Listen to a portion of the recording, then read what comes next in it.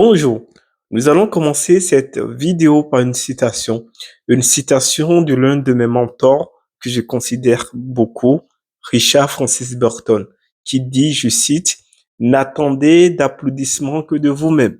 Il vit le plus noble, il meurt le plus noble, celui qui fait et qui suit ses propres lois. Alors, pourquoi cette citation? Parce que cette citation m'a permis d'avoir une vision large sur un livre qu'il y a de cela 2 semaines et demie. Je me rends chaque 24 heures du mois chez un libraire, en l'occurrence chez Pierre. Pierre, si tu m'écoutes, je te salue chaleureusement. Alors, Pierre me remet un livre intitulé La femme de ménage de Freida McFadden. Ce livre a chamboulé ma vie. Sans ce livre, je ne serais pas devant vous pour vous faire cette courte vidéo. Alors, maintenant, parlons de l'autrice Freida McFadden. Elle fait partie des autrices qui n'ont rien divulgué sur leur vie privée. C'est une autrice qui vit cachée. Elle est très peu connue dans le monde francophone, dans le paysage francophone, elle est moins connue. Elle est plus connue dans le paysage anglo-saxon.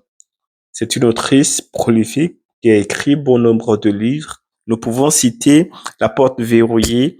Alors, cette porte verrouillée, c'est un livre qui relate l'histoire d'une chirurgienne avec un passé tellement louche et qui garde un secret dans une chambre verrouillée.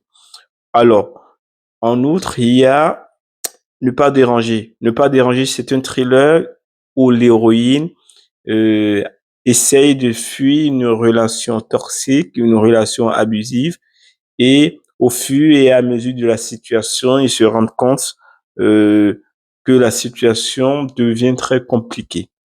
Voilà, en quelque sorte, les quelques livres que je peux vous citer de l'autrice. Maintenant, parlons du livre. Le personnage principal du livre, La femme de ménage, elle s'appelle Millie Colway. Millie Colway, c'est une femme un peu pauvre et qui a décidé un jour d'être femme de ménage dans une maison luxueuse. Alors, cette maison luxueuse appartient à la famille Winchester. Alors, au sein de la famille Winchester, nous avons Nina. Nina n'est rien d'autre que la maîtresse de maison qui est apparemment euh, respectueuse, mais elle est instable. Hormis elle, il y a son mari André, qui est un homme charmant. Et hormis les deux, il y a leur fille. Dès son arrivée dans la maison, Millie Colway a remarqué que quelque chose ne va pas. Dès le début, elle constate que Nina Winchester, qui est la maîtresse de maison, a commencé par avoir des comportements cruels vis-à-vis d'elle, à vociférer sur elle quand il ne faut pas vociférer.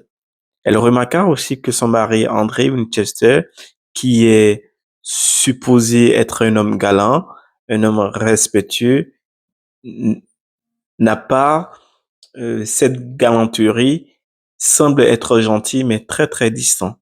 Au fur et à mesure des jours, Millie Colway a constaté que cette maison où elle travaille en tant que femme de ménage cache bon nombre de secrets, jusqu'à ce que Nina Winchester, la maîtresse de maison, a interpellé un jour Millie pour lui dire, il y a une chambre verrouillée, tu n'as pas le droit d'y entrer.